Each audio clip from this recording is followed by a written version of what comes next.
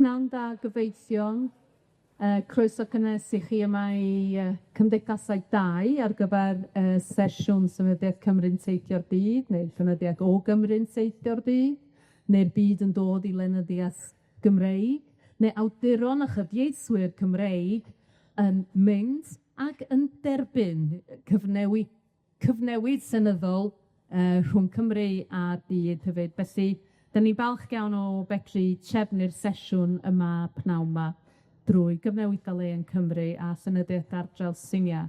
A mi welwch chi bod gynnon ni dair ar y panel sydd yn wyledau ac yn eiria adnabyddus iawn i ni yma yng Nghymru heddiw. Ar y pen pesa yma, mae Sian Northey. Yna, nesa Sian, mae Angharad ac wrth yn ochr i yn fam hyn, mae Marged Tudur. Ac mae'r tair mewn gwahanol ffyrdd wedi cyfrannu at y cyfnewid llenyddol a diwylliannol rhwng Cymru a gweddill y byd yn ystod y blynyddoedd diwetha, mewn gwahanol ffyrdd, ac mi glywed mwy am hynny, ac hefyd mewn rhai achosion, a na i adael i chi ddyfalu pa ddwy, dros sawl degawd erbyn hyn.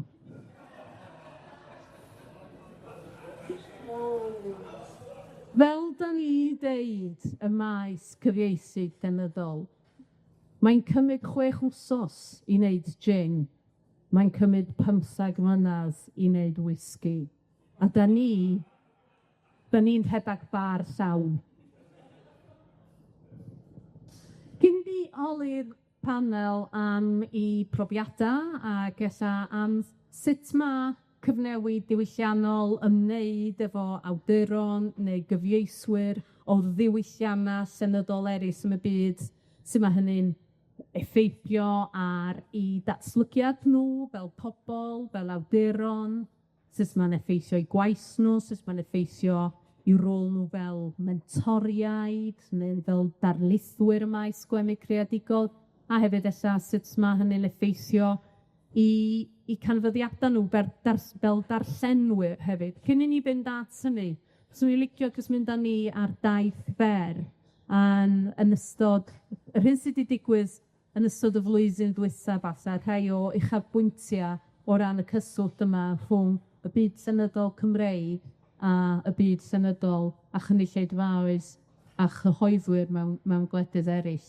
Felly, cwbl o sleidiau'n dod i fyny rŵan. Aha, wel, di hwnna'n mynd deud lot, sori. Hwnna oedd be o'n i fod i glicio gyna.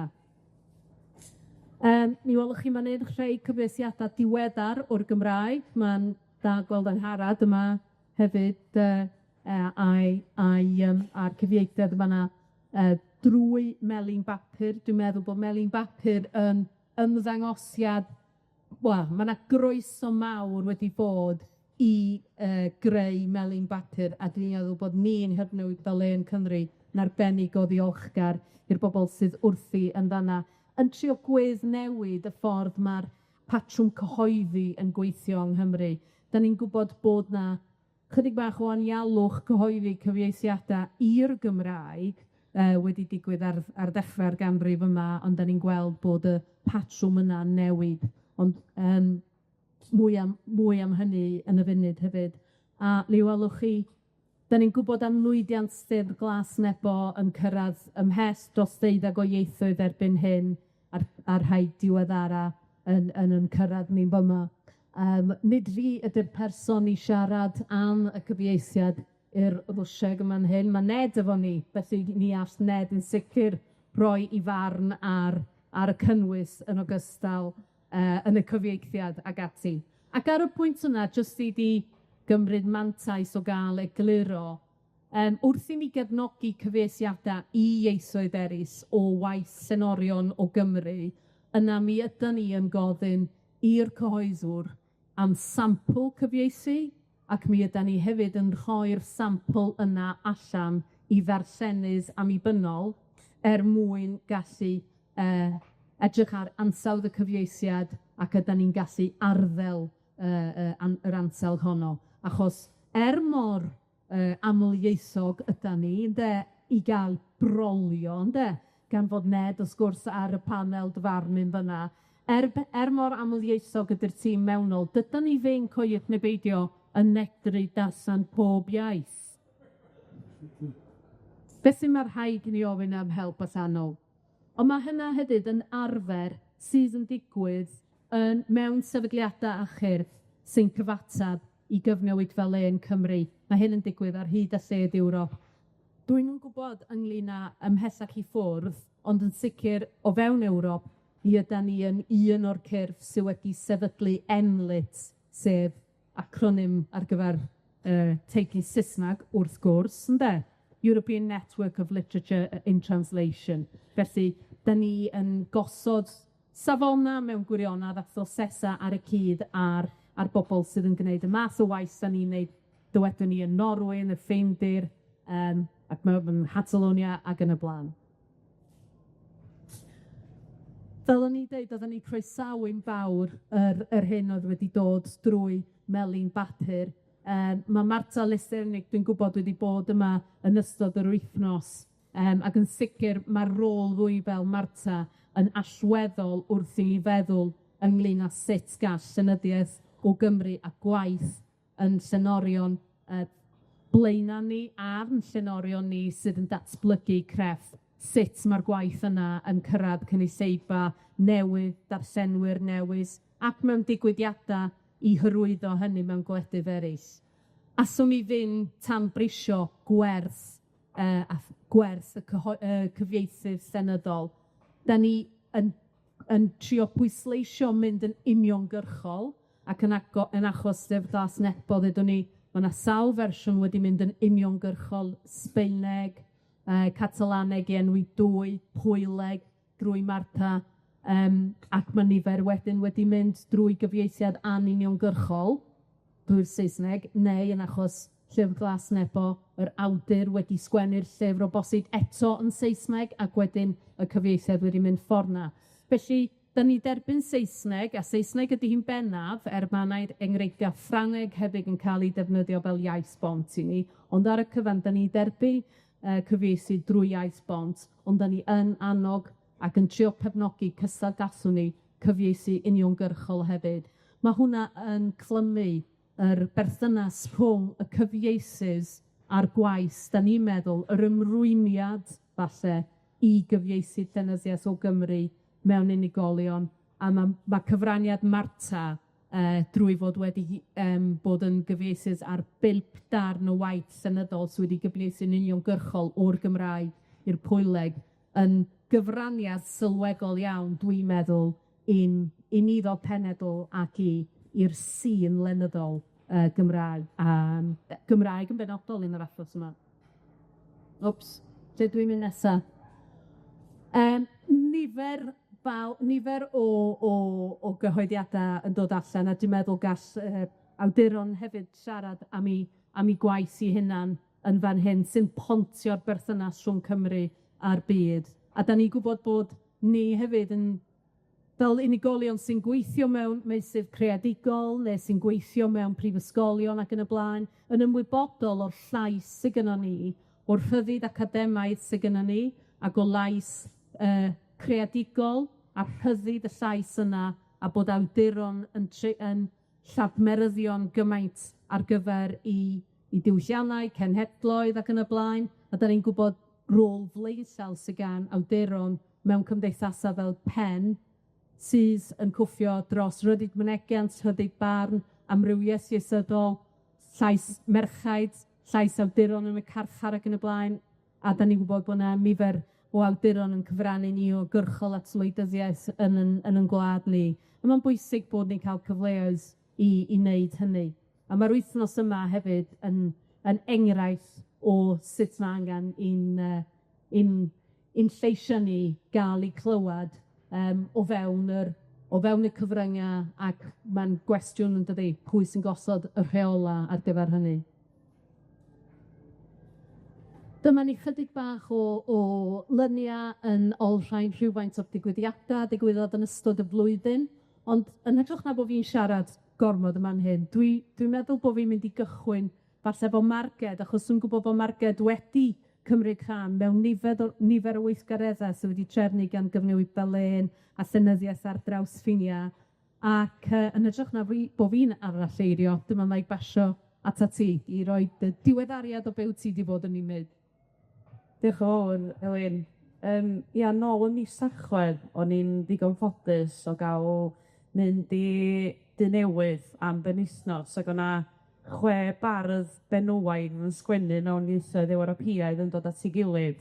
Felly, o'dd 'na 2 ohonon ni o Gymru yn sgwennu Gymraeg, sef fi, Mari George a Elin Haf Reynolds, a wedyn 2 o Ewrop, oedd 'na 1 bardd Mici o Groeg, ac o'na un arall o Wlad y Basg, ac 1 o'r Iseldiroedd. A wedyn fel o'dd Elin yn esbonio, oddan ni'n dilyn model llenyddiaeth ar draws Ffiniau, sef defnyddio'r Saesneg fel iaith ffontio. Felly o'dd pawb 'di anfon 10 cerdd yn 'u priod iaith, ac wedyn wedi cyfieithu i cerddi'r Saesneg, ac wedyn oddan ni'n dod at 'yn gilydd, ac oddan ni'n cyfieithu wedyn i mi ieithoedd yn hunan hefyd. Ond be' o'dd yn difyr, wrth i mi gyfieithu adra, o' 'na sawl peth yn mynd drwm. Ond o sawl peth yn mynd drwm fy meddwl. Enghraifft, weithia' do'n ni'm cweit yn dall be' o'dd gan y bardd o'n sylw mewn ryw wines. Do'n i ddim yn dall weithia', dydwch o'dd 'na 1 bardd o'n i yn ei chyfieithu. Do'dd i ddim yn atalnodi o gwbwl, o'dd i dim ond yn defnyddio prif lythrena, ac o'dd o'n math o betha raid i ni ga'l hi esbonio nw. Ac felly wrth i ni ddod at ein gilydd, oddan ni'n cael y cyfle i drafod efo'n gilydd, a be' oddan ni'n 'i neud bob tro oedd pw bynnag o'dd 'di sgwennu'r gerdd yn gor'o' darllan yr gerdd yn yr iaith wreiddiol. A be' o'dd yn syndod oedd hynny fatha cyfieithydd yn cynnig lot o sgaffaldu chi, oherwydd oddach chi'n gallu clwad lle o'dd y bardd yn rhoi saib, neu bo' nw'n newid tôn 'i llais neu rwbath felly. Ac oedd hynny wedyn yn agor y drws i ryw bosibiliad arall ar y cyfieithiad. Wedyn oddan ni'n dechra trafod wedyn, o'dd y bardd yn roid ryw esboniad ac o'n i'n ca'l gofyn cwestiyna. Ond yn ddefnyddiol i mi, o'dd 'na 2 arall yn siarad Cymraeg, felly weithia' o'n i'n troi atyn nw ac oddan ni'n ca'l trafodaeth benodol, ryw air penodol weithia'. A be' o'dd yn ddifyr wrth i ni drafod, oddan ni'n gallu ffeindio, ma' 'na air gwell yn bodoli'n Gymraeg am hwn na sy na'n Sysnag, mae o'n nes at yr iaith wreiddiol, lle. A wedyn o'dd o'n agor y drysa i betha cwbwl newydd, ac o'dd o'n brofiad newydd i mi, deu gwir, i gyfieithu cerddi yn y ffordd yma.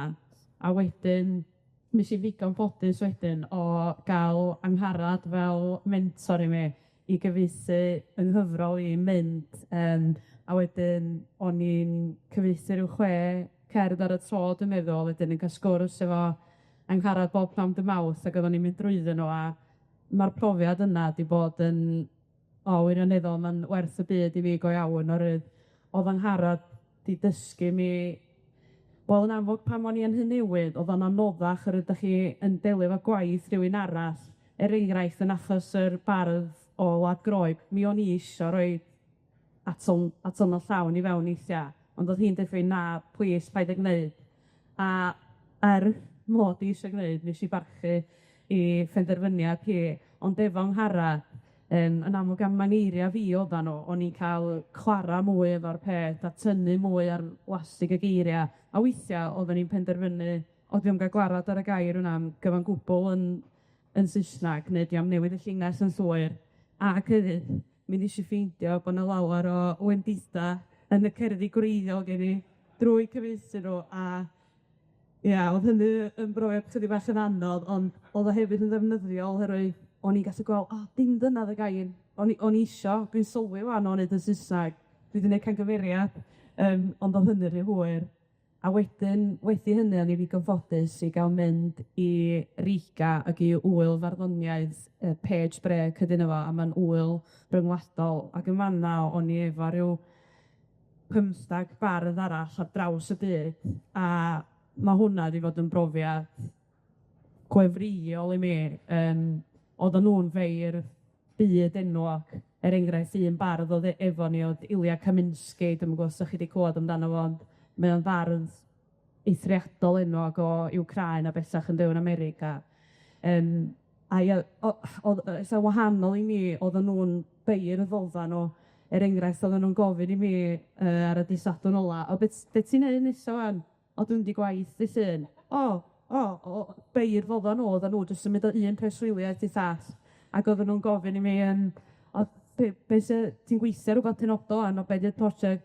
Dim ar y fydd yn cael ein annog sgwennu'r y funud o roi bo fi presenoldeb beth eraill. Ac oedden nhw'n das hynny de. Ond o'n i'n amlwg, dydw i ddim yn farf yn llawn amser fatha nhw. Ond nath hwnna, nath o jyst agor y meddwl i go iawn, mae rhaid i fod yn onast, ella o'n i'n euog cynt, o feddwl, o'n i ddigon hapus i yng fi fod o'n Cymraeg yn unig, a do'n i ddim yn gweld bod angen iddyn nhw fynd i unrhyw iaith arall. Ond oedd y broses wedyn o'i cyfieithu nhw a chael eu cyflwyno nhw gynulleidfa newydd, oedd hwnna'n reid arbennig ac yn rhywbeth oedd o'n braf wedi cael safod efo beirdd eraill ac y canfod yn debyg ac yn wahanol yn dulliau ni sgwennu barddoniaeth, hyd yn oed yn o safbwyntiau ni. Enghraifft, o'n i, i mi, dwi'n trio bod yn eitha eglur pan dwi'n sgwennu barddoniaeth a dwi eisiau bobl fath be dwi'n ei ddeud. Ond oedd na un bardd yn dweud, dim os gyrru bod nhw'n dall be dwi'n dweud, dwi'n trio sgwennu cerddi aneglur, a dyna di'r hyd o farddoniaeth i mi. Dyn nhw'n ddifur wedyn gweld, ma na ffurf eraill o edrych a farddoniaeth wahanol ar un pobl lwmpas i am meddwl yn debyg i mi, ond hynny'n ddifur hefyd. Ond dwi hefyd eisiau diolch yn fawr i Llenyddiaeth Ffiniau a'r Cyfnewidfa Lên am y cyfleoedd anhygoel fi wedi gael. Dwi'n rhyw synhwyro bod yna flas nwy fyna. A mae hynna'n bwysig hefyd yn dydi, achos mae'n ffoi cyfle i gamu allan dipyn bach o dy sîn lenyddol dy hun, ac ella o fedru edrych ar rei o norma y sîn lenyddol o'r tu allan, dwi'm yn gwybod. Sian, dwi'n edrych na chdi fyna, ti wedi cydio yn y meicroffon, felly dwi'n rhyw synhwyro bod na rhywbeth yn mynd i ddod gen ti rŵan ynglyn â'r profiad o gydweithio efo beirdd eraill, o fod mewn sefyllfa ryngwladol, tu allan i Gymru yn trin a thrafod dy waith. Wyt ti wedi chwarae dipyn o rôl yn y maes yma dros y blynyddoedd yn dod? Ti'n gallu cyfeirio at rhai o'r pethau sy'n aros yn y cog gen ti, ella? Y gymwynas fawr mae Llenyddiaeth Ffiniau a Llenyddiaeth Lên. Di beth yn cofio pwy sy'n ariannu be. Ond mae hynna yn ddau, a dwi'n ymddiheuro lan llaw os dwi'n... Oedd yn yr ugw Cerala yn yr eidia i wneud gweithio. Patrwm tebyg iawn i be oedd chdi'n ddisgrifio, ond o'n i yn genus iawn, dyna chdi sôn bod gen ti feirdd Cymraeg eraill yna i drafod. Mi o'n i a dau fardd o Ewrop, ond oedden ni ddim yn rhannu ieithoedd yna yn gweithio efo beirdd oedd yn sgwennu yn yr iaith Malayalam.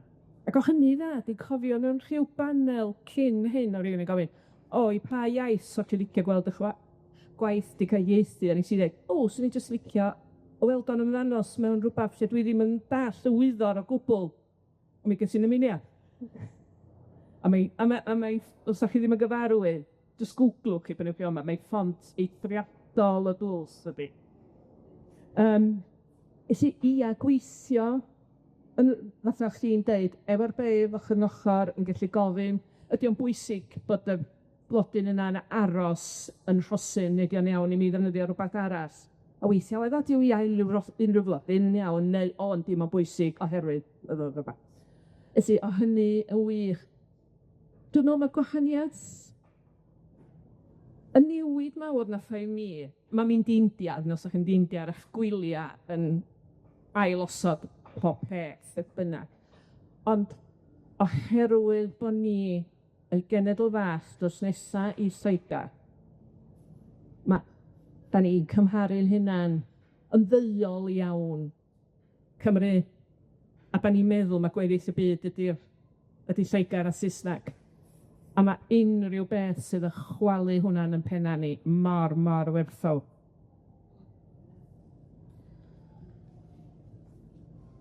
Angharad, gai broi at y ti, a just am funud rŵan hefyd, ynglyn â oedd Marged yn sôn ynglyn â rôl fentora nes di chwarae, tra bod Marged yn mynd i fewn go iawn ar y busnes rhyngwladol yma, ac yn cyfieithu'r Saesneg falla mewn cyd-destun falla gwahanol i ella be fysa rywun yn meddwl bod rywun yn neud oni bai am yr elfen ryngwladol yna. Hynny ydi, ail ymweld efo'r cerddi ar gyfer pa bach o bwrpas, ai ar gyfer pwrpas rhyngwladoli, ai ar gyfer pwrpas cyd Gymru sydd ddim yn medru darllen yn Gymraeg i fedru cyrradd at y cerddi yna, cyd Brydeinwyr, os ydw i roi o fel yna, neu cyd bobl sy'n byw yn yr anglosffer. Hynny ydi, ma' 'na ryw synnwyr siawns o i ba bwrpas oedd y cerddi yma yn cael eu cyfieithu, ond hefyd falle o glywed o dy bersbectif di fel y mentor yn yr achos yma, a rywun sydd yn gyfarwydd iawn hefo gweithio'n rhyngwladol o sgwrs ac yn amlieithog dy hun. Dach chi'n ymwybod i? Oedd o'n brofiad arfegol cydweithio efo Marged ar gyfieithu i cherddi, ac mi dy fi, i chi gael das, oedd yn deud wrthi bod hi wedi dewis geiriau anghywir. Ond mi oedd y sgwrs yna meitriadol o ddiddorol. Dwi ddim yn credu bod mi wedi meddwl ar gyfer pwy fydd y cyfieithiadau Saesneg yma. Ond dwi'n meddwl bod honno yn ystyriaeth. Da mi'n meddwl am Saesneg fel iaith Lloegr, ond wrth gwrs mae Saesneg yn iaith lot fawr o'r byd. Mae'n ail iaith i lot fawr o'r byd hefyd, a mae'n bwysig iawn bod yn llenyddiaeth ni ar gael yn yr iaith honno yn ogystal â ieithoedd eraill. Felly mae'r Saesneg yn bont i ieithoedd eraill. So mi licio siarad fel darllenydd yn y lle cynta. So dwi ddim wedi teithio'n bell ar hyd y byd, ond ar y llaw arall mi dwi wedi teithio'n bell ar hyd y byd. Hynny ydi dwi wedi teithio trwy lyfrau, unwaith eto trwy'r gyfieithiadau Saesneg fel arfer, ond dwi'n teimlo, enghraifft, chi bod fi'n nabod Japan. Dwi'n teimlo bod dwi rioed wedi mynd ar gyfyl Japan yn y mywyd, ond dwi'n teimlo bod fi'n nabod y wlad. Dwi wedi darllen llyfr o India. Dwi'n teimlo bod fi'n nabod rhannau o India. Rwmania, Ffrainc, yr Almaen, Rwsia yn dwy na dim. Dwi'n wedi bod ar gyfyl yr rhan fwyaf o'r gwledydd yna, ond trwy gyfieithiadau, dwi'n teimlo bod gen i ryw berthynas efo y bobl dwi wedi darllen amdanyn nhw, neu'r bobl sydd wedi sgwennu'r llyfrau yna. A mae eisiau'r Gymraeg fod yna. Mae eisiau bobl eraill mewn gwledydd eraill gael y profiad yna o Gymru, a dwi edrych gorfwysleisio hynny, a trwy gyfieithiadau da ni wedi wneud o, boed o'n digwydd yn uniongyrchol o'r Gymraeg, neu os oes rhaid trwy'r Saesneg. Pan dwi wedi treulio lot o amser yn yr Almaen, a pan dwi yno ac yn Ffrainc a Gwlad Belg, mae cyfieithiadau yn norm. Ydych chi'n mynd i siop lyfrau, a'r mwyafrif secdol y llyfrau ydych chi'n ei gweld yna yn gyfieithiadau. A dydy pobl ddim yn meddwl ddwywaith am y peth, maen nhw'n prynu nhw, maen nhw'n darllen nhw ac yn y blaen. Dydy hynny ddim mor wir yn Rhydain, a dwi'n meddwl bod angen i ni newid hynny. A mae hwnna'n rhywbeth dwi'n teimlo yn gry, a mae eisiau normaleiddio darllen cyfieithiadau, a mi fydd hynny o fydd i ni yn y Gymraeg. O ran cydweithio efo Marged a rywun arall sydd wedi cydweithio efo nhw'n ddiweddar iawn yn helpu a mentora cyfieithu ydy Esyll Lewis. Mae Esyll hefyd wedi cyfieithu nofel Andros o La gan Anthony Shapland am y profiad o fod yn hoyw mewn pentra yn Hymoedd De Cymru yn yr 80au.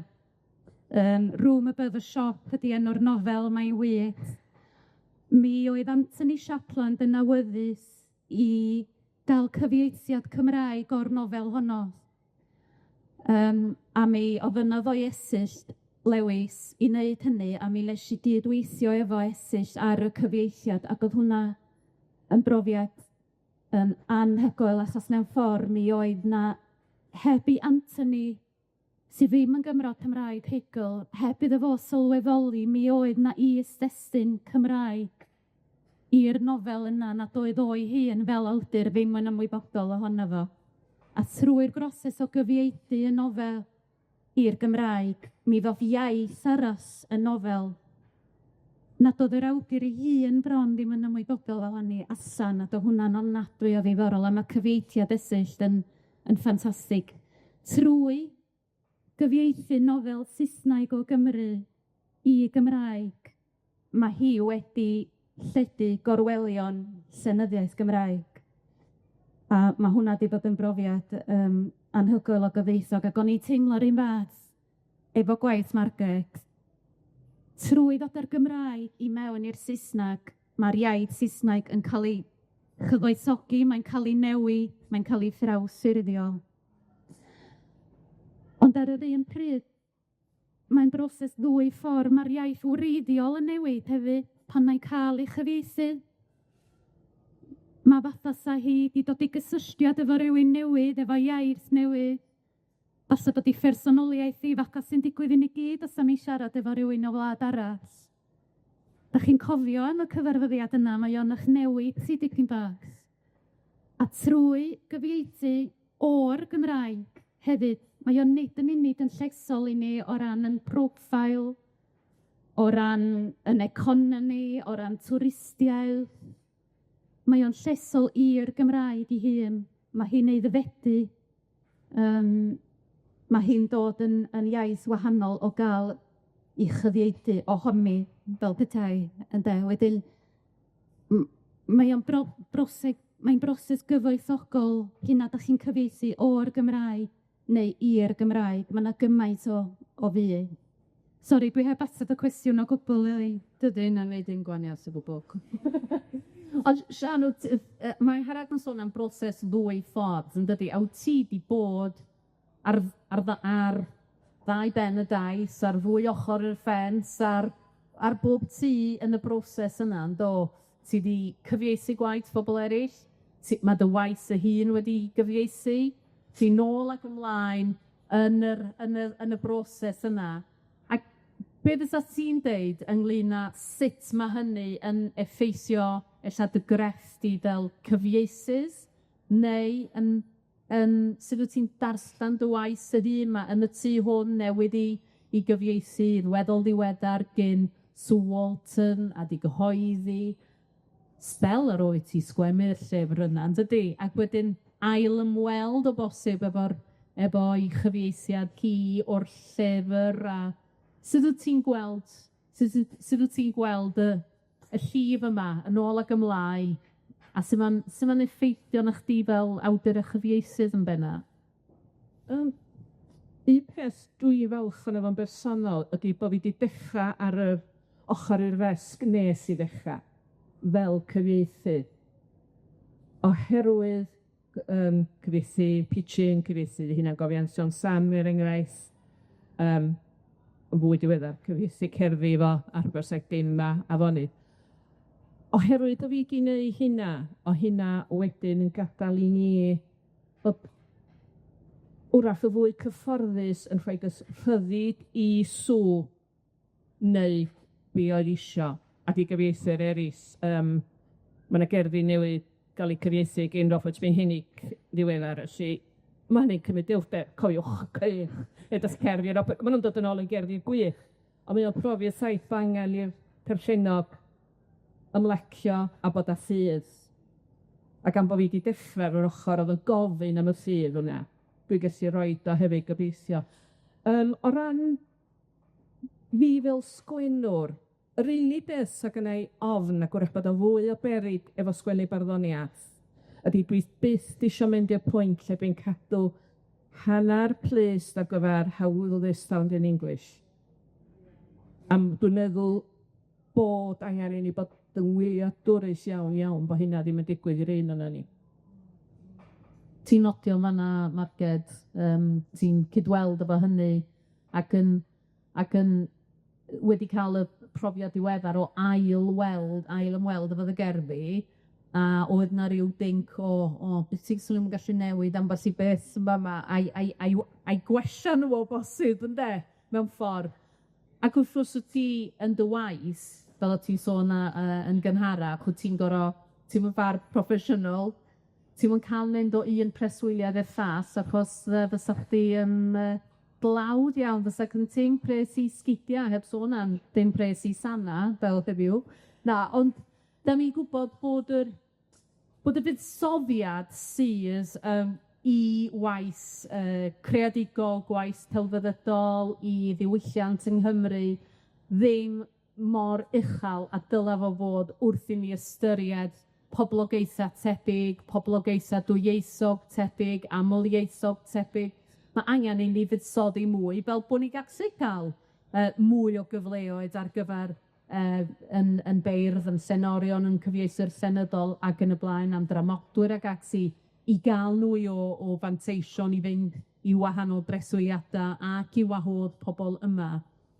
Ond yn braidd ymhirweitog felly, ond wrth feddwl ynglyn â dy waith bob dydd si, a sut mae'r math o brofiadau wyt ti 'di cael o bosib yn chwarae rôl yn y gwaith wyt ti'n neud bob dydd fel darlithydd?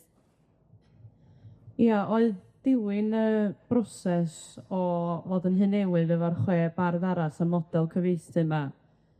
Ma' hwnna'n rwbath y byswn ni yn licio ei fabwysiadu efo myfyrwyr yn Adran y Gymraeg ym Mhrifysgol Bangor ar fodiwm yn y fodiwau creadigol o gweithlu barddoniaeth. Oherwydd, wel, yn un peth fel o'n i'n sôn yn gynharach, oherwydd fod o'n helpu rywun i weld falla beth sydd ddim yn gweithio yn y gwreiddiol, ar y weithiau dydach chi'n gallu weld o, neu weithiau, dwi'n trio gadael i gerdd a ffonydd weithiau am chydig o oriau wythnosau, os dwi'n gallu, ar y wedyn dwi'n gallu gweld rhywbeth yn fwy ffetch. Ond drwy gyfieithu, da chi bron yn gallu bod yn syth beim o dariau gydy hwnna mae'n gweithio yn y gwreiddiol ffaith. Oherwydd bod chi'n gorau edrych ar y geiriau'n fwy weithio am fecanyddol, weithiau, ydych chi'n gallu sylwi wedyn, o na, tydio am y gweithio. A fyswn ni hefyd wrth y modd yn rhannu mwy o gerfi wedi cyfieithu efo'r myfyrwyr hefyd, fel bod nhw'n cael blas ar brofiadau o draws y byd. A pam ydych chi'n cael hynny, fel oedd Angharad yn sôn, mae rhywun yn magu empathy ac yn dod i das pobl yn wers, a mae'n ehangu meddwl pobl hefyd, ys yn bendant sy'n ni wrth y modd yn ei gyflwyno fo efo'r myfyrwyr ym Mangor. Diolch Angharad, siwt o di gan ar pwynt yna fi. Ia, fyswn i deud na un peth gwerthfawr iawn mae Cyfnewidfa Lên Cymru dros Ffiniau wedi wneud, a swn i licio tynnu sylw fan hyn at sefydliad sydd ddim yn bodoli mwyach, ond oedd yn werthfawr ofnadwy, Tŷ Cyfieithu Cymru yn hi newydd yn Llanysundwy. Mi oedden nhw'n gwadd awduron o wledydd eraill i Gymru. Weithiau mi oedd y bobl yna'n cyfieithu llenyddiaeth Gymraeg i'w ieithoedd eu hunan a mynd â nhw nôl adra fan nhw. Oedden nhw'n cael profiadau o fod yn Hymru, o siarad efo gobl. Oedden nhw'n mynd â'r profiadau hynny nôl efo nhw. Ond mi oedd o hefyd yn werthfawr iawn iawn i ni yma yng Nghymru. Ac o'n i'n aml yn gwaf yr awduron yma i'r brifysgol i Fangor i siarad efo'r myfyrwyr. Ac oedd y myfyrwyr yn dal i gofio y profiadau hynny 10, 15, 20 mlynedd yn ddiweddarach a'r pethau oedd yr awduron hynny o'r gwledydd hynny wedi ddeud. Felly oedden nhw wedi cael ffenast i mewn i wlad arall, oedden nhw wedi gwneud cysylltiad dynol efo rhywun trwy lenyddiaeth. A fedrwch chi'n rhoi pris ar y math yna o beth. Fysa yna fwy o hynny'n digwydd, mi fysa yna lai o ryfeloedd yn y byd yma. Dwi'n meddwl bod hwnna'n arwynebol i fe. Felly, ydan, da ni sôn am eiriau, da ni sôn am werthu llyfrau, da ni sôn am profile diwylliannol economaidd, ond da ni hefyd yn sôn am bethau sylfaenol iawn, sef wneud cysylltiadau ar draws ieithoedd a draws diwylliannau. Ac o'n i'n teimlo bod yr ymweliadau yna oedd yn cael ei noddi gan bobl fel chi, bod na wers di ben draw iddyn nhw, i'r bobl fyny hunan ac i ni yma yng Nghymru. Wel, sicr mae hwnna'n rhywbeth da ni gweld i isio, ac da ni'n trio gwthio i gael mwy o adnoddau i ddod i fewn i'r maes yma. Da ni'n gwybod fod Brexit wedi cael cryn dipyn o effaith ar y rôl y gallwn ni chwarae yn arwain prosiectau mawr Ewropeaidd. Synyddiad ar draws Ffiniau wedi bod yn llwyddiannus o 2001 hyd at y prosiect ola orffennwyd yn sgil Brexit yn cael arian cystadleuol i arwain gwahanol brosiectau cyfieithu llenyddol ar draws Ewrop i gyd. Da ni'n parhau i fod yn aelodau o fel gallwn ni o wahanol rwydweithiau Ewropeaidd ac i mewn sawl cais. Ond da ni'n gor'o' bod mor ddychmygus yn y ffyrdd da ni'n rhoi'r ceisiadau yma at ei gilydd, oherwydd bod ni ddim yn gynnwys ar gyfer Ewrop greadigol ddim mwy. Da ni'n gallu gwneud prosiectau sydd yn gyfochrog ar prosiectau Ewrop greadigol mae'n partneriaid ni yn ei harwain, ond chawn ni ddim bod yn bartner llawn oherwydd bod y Deyrnas Gyfunol ddim wedi dewis optio mewn i Ewrop greadigol. Mae'r Deyrnas Gyfunol wedi dewis optio mewn i Horizon ar gyfer y sector prifysgolion yn bennaf, ond nid ar gyfer y sector celfyddydol a diwylliannol a chyfryngol. Felly mae hwn yn rhywbeth sy'n ni yn parhau i drio lobio ar ei gyfer o, a hefyd i ffeindio ffyrdd dychmygus ond cyfreithlon ar gyfer bod yn rhan o'r prosiectau. Sian, dwi isio troi at chdi rŵan wrth i ni dod ar sesiwn yma i ben, ynde? A dwi'n gwybod bod gen ti rhywfaint o waith creadigol yr hoffet ti i rannu efo ni. Ond wrth i ni ddod â'n sylwadau i terfyn rŵan, na i gychwyn efo ti, Sian, gei di gychwyn y sylwadau cloi, gan bod fi'n gwybod bod ti'n paratoi rhywbeth o flaen llaw, ac wedyn mi awn ni at Angharad a Marged i ddod ar sesiwn i ben. Diolch yn fawr i ti. Ia, fi sigon hi ar graffu copi o gerdd, oherwydd o'n i cychwyn bora, ac yn meddwl, ddim yn gwybod beth dwi'n di ddeud. Ond os dwi wedi sgwennu cerdd, mae'n les, dydy. Mae hon yn deithio o'r profiad yn Kerala, Raman ydy un o'r ffeidd o'n i gweithio fo dyn hyfryd. A fatha weithio mae yna gerdd, dath i jyst ysgwennu be ddigwyddodd i lawr, a dath i sylweddoli, o ia, mae hwnna yn iawn fela. A mae'n arwain ymlaen fatha, dy sylwadau di Angharad yn lun â pobol. Yr Ewropead cyntaf. Dath i'n gwybod sy'n ma hi. Criw fi'n cydweithio yn efo cwrw, bita cyrri, ddiwedd nos, a gwraig un ohonom yn ffonio. Mae Raman yn pasio ffôn i mi.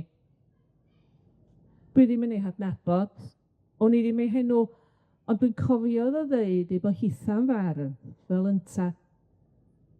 Yn balfalwn o bopthyn hacenion yn yr iaith sy'n clymu'r cyfandiroedd. Titha'n sgwennu, meddwl, rhyw fanion, betha dibwys a crybod yn union fel y byddwn ni'na wedi ddeud. Dychwelais y ffôn i'w gŵr. Dywedodd Raman rwbath wrthi. Efallai ddod ynu cariad hyd at ragwyddoldeb, efallai addo crymu'r iogwrt staff a siop. Yna, tro'r ata fi, chdi, meddai, yw'r Ewropead cyntaf i fi siarad ag o erioed. Ac am eiliad, rhwng y pratia budron a'r gwydrau gweigion, bodolau hanes amgen, lle mae'r cyswllt cyntaf un, oedd 2 wraig, un, sgo bosib, braidd y chwil, yn bod yn ddiamhongar am ei cerddi.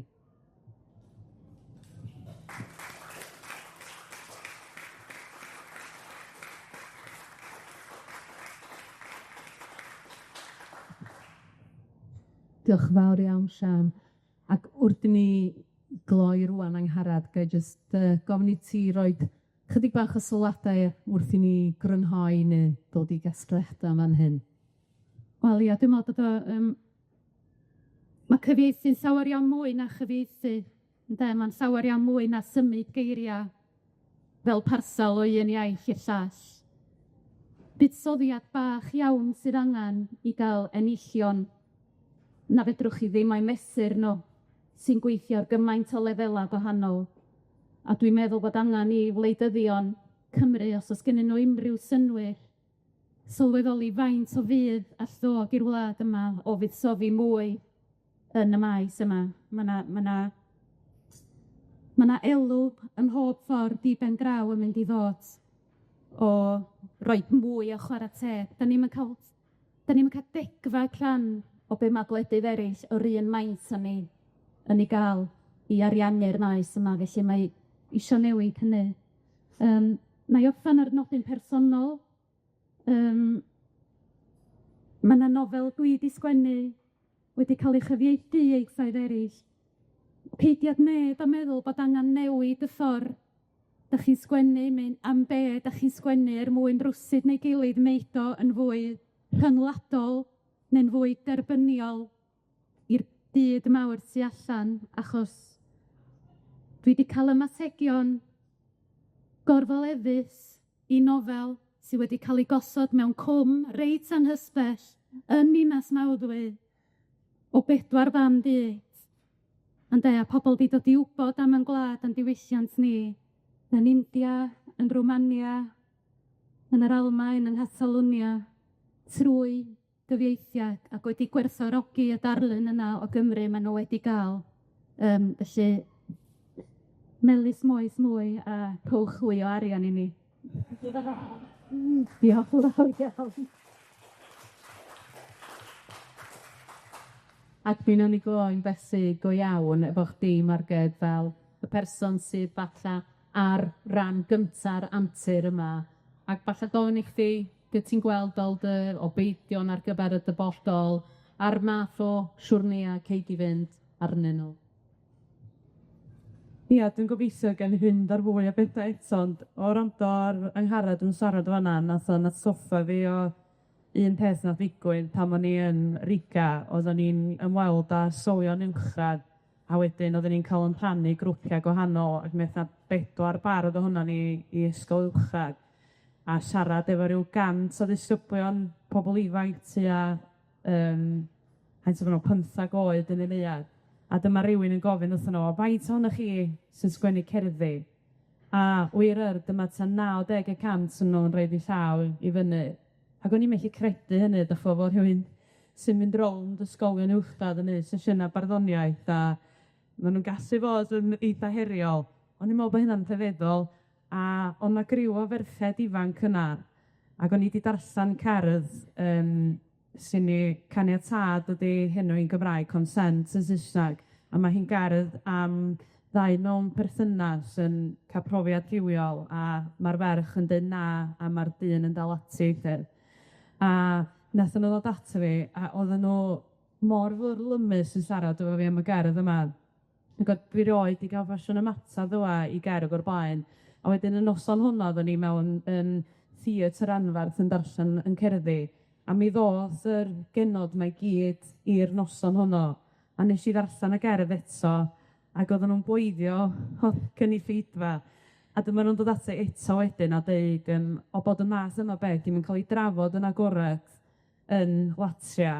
A dyma deud eto, ddim yn cael ei drafod yn agored iawn yn fama hyn chwaith, ond bod nhw jyst i gwiriomi efo'r gerdd a bod pethau a gweld hynny'n cael ei drafod ar ffurf barddoniaeth, profiadau oedden nhw'n deud, oedden nhw fyth yn os yn gallu mynd ar ffurf carig.